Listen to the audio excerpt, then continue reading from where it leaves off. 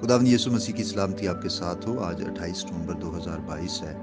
मत्ती रसूल की मार्फत लिखी गई इंजील मुकद्दस की आयत बायत तफसीरी मुतालिया को जारी रखते हुए आज हम 14वें बाब की 5वीं आयत को देखेंगे, जिसमें यूँ लिखा है, और वो हर चंद उसे कत्ल करना चाहता था, मगर आम लोगों से डरता था, क्योंकि वे उसे नबी जानते थे।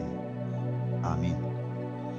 हेरोदिस आज़म के बेटे अरस्तुबुलस की बेटी और उसकी पोती हेरोदियास थी। हेरोदियास ने अपने बाप के भाई फिलिपस से शादी रचाई, जो रिश्ते में उसका चचा लगता था। एक दफा फिलिपस का भाई हेरोदिस एंतिपास उसके घर उसे मिलने गया और हेरोदियास पर फरेफ्ता हो गया। उसने हेरोदियास से कहा कि फिलिपस को छोड़कर मुझसे शादी कर, और इस तरह उसने उसे ले लिया। मूसा की शरीयत के मुताबिक कोई भी मर्द अपने भाई के जीते जी उसकी बीवी से शादी नहीं कर सकता था। ये ज़ना के बराबर था। और यूहन्ना बपतिस्मा देने वाले ने इस काम पर, इस फेल पर हेरोदिस एंतिपास को मलामत की, जिस पर हेरोदिस एंतिपास ने यूहन्ना को कैद में डाल दिया। उसे मरवा देना चाहता था, लेकिन किस बात ने उसे रोके रखा? आम लोगों के खौफ से, क्योंकि आम लोग यूहन्ना को नबी जानते थे। हेरोदिस एंतिपास को खुदा का डर नहीं था। अगर उसे खुदा का डर होता तो वो यूहन्ना को कैद में ना डालता। वो उसे अपनी जान का खतरा था,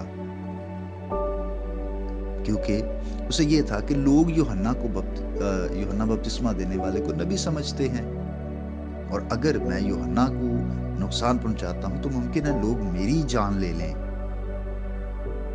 काश कि वो खुदा का खौफ मानता और गुनाह के उस एहसास को, अपनी उस बदी को महसूस करता। लेकिन उसने ना तो यूहन्ना का खौफ माना, ना खुदा का खौफ माना। हाँ, आदमियों का खौफ उसकी जिंदगी में था, और शरीरों के साथ ऐसा ही होता है कि वो हर वक्त खौफ और डर में रहते हैं, क्योंकि वो शर्मनाक काम करते हैं, और अपने शर्मनाक कामों की वजह से उनकी जिंदगी में हमेशा खौफ पाया जाता है। अजीज भाइयों बहनों, बहुत जरूरी है हम सब के लिए कि हम खुदा के खौफ को माने। हम गलत काम करने से पहले आदमियों से डरते हैं, आदमियों से बचने की कोशिश करते हैं, आदमियों से छुपने की कोशिश करते हैं।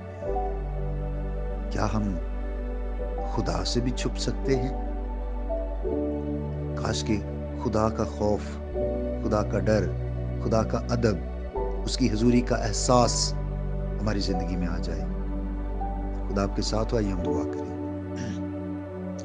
अब आप यीशु के नाम से आज सुबह तेरा शुक्र अदा करते हैं, तेरी तमजीद और तारीफ करते हैं, क्योंकि तू ही सारी तारीफ के लायक है।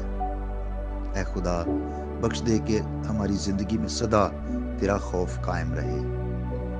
अब आप, मेरी दुआ है जितने भाई बहनें इस पैगाम को सुनते हैं, उनको, उनके घरानों को कसरत की बरकत अता कर।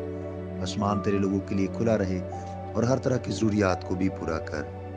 बिलखुसूस जो बीमार हैं, उनकी सेहत याबी के लिए दुआ गो हूँ।